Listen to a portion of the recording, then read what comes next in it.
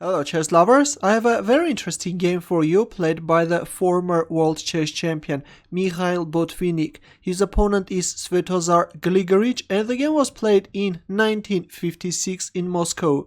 Botvinnik started with c4 English opening, g6 by Gligoric, g3, c5 we see the symmetrical English opening, bishop g7, knight c3, knight c6, knight f3 and a dubious decision by Gligoric, knight h6. A better move was for example playing e6, bringing the knight to e7 square and prepare d5. But this knight h6 move allows white to play h4 and then to push this pawn forward without meeting any obstacles. d6, d3, rook b8 and there it goes, h5.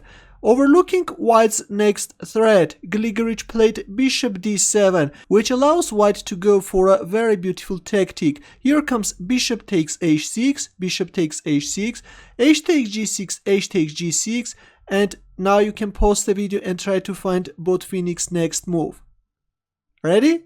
He played queen c1, pinning this bishop. The thing is that now black can't capture on c1 because of this rook takes h8 checkmate. This is really a very beautiful checkmate. Instead, Gligoric played bishop g7 and now after rook takes h8, bishop takes h8, the queen is jumping to h6 square and is penetrating black's camp. Bishop takes c3 check, b takes c3, e6, now comes the knight, knight g5, creating some dangerous threats for the black king. Black played king e7, well, queen e7 is also playable, though after queen h8 check, king f8, queen h4, still white has an advantage. White can always create some dangerous threats for the black king. Instead we see king e7, king d2, Botvinnik is deciding to place his king in the center, the position is closed, and then bring the rook to h1 and attack black king. Gligoric played bishop e8, of course playing queen h8 is better, offering an exchange of queens and going for an endgame. But instead we see bishop e8, now comes queen g7, king d7, f4, strengthening the knight on g5. Of course not knight takes f7 because of queen e7 pin.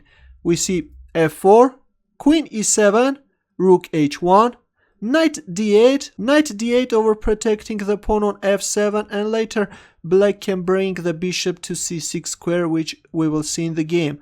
Knight e4, king c7 and there it goes, rook h8, bishop c6, knight f6, offering the bishop on g2, but of course black can't capture on g2 because of rook e8 and black queen is trapped.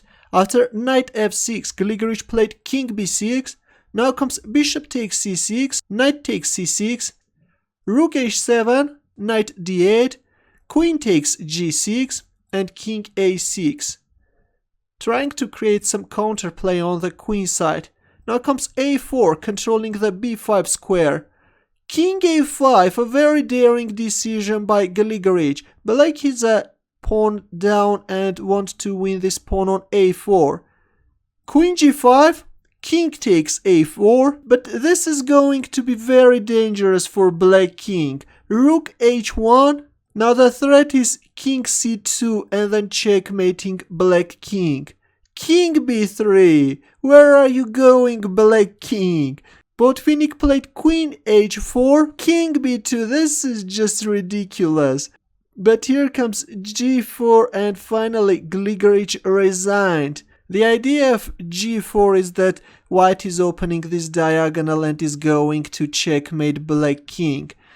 But instead of playing g4, actually playing rook b1 check is of course more beautiful. If king takes b1 then queen h1 check, king b2, queen c1 check, king b3, queen b1 check, king a4 and queen a2 checkmate.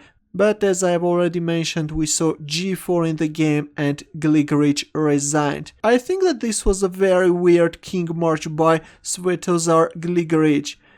It will be also very interesting to know your opinion about this game. Good luck.